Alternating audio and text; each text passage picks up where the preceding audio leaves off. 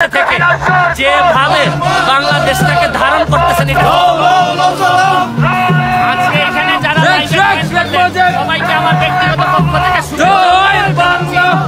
আজকে এখানে জ্যাকসন আমেরিকার মাটিতে আপনাদেরকে দেখাইতে চাই যে প্রবাসের মাটিতে যেভাবে বাংলাদেশকে তারা ধারণ করেন, অনেক ক্ষেত্রে প্রবাসীরা যা করেন তা আমরা বাংলাদেশিরা করি কিনা সন্দেহ আছে। বাংলাদেশের পতাকা আমেরিকার এই রাস্তায় উঠতেছে, আপনারা একটাই কথা যে বাংলাদেশটাকে মুক্তিযুদ্ধের সপক্ষে, মুক্তিযুদ্ধের পক্ষের শক্তিকে দিয়ে বাংলাদেশকে আগায় নিতে হবে। এখানে এখানে স্মরণ করা হচ্ছে সবাইকে যারা ৭১ সালে স্বাধীনতা যুদ্ধে নিহত হয়েছেন, তাদের প্রতি সম্মান প্রদর্শন করা হচ্ছে। এখানে স্মরণ করা হচ্ছে হাজার বছরের শ্রেষ্ঠ বাঙালি বঙ্গবন্ধু শেখ মুজিবুর রহমানকে, চার নেতাকে।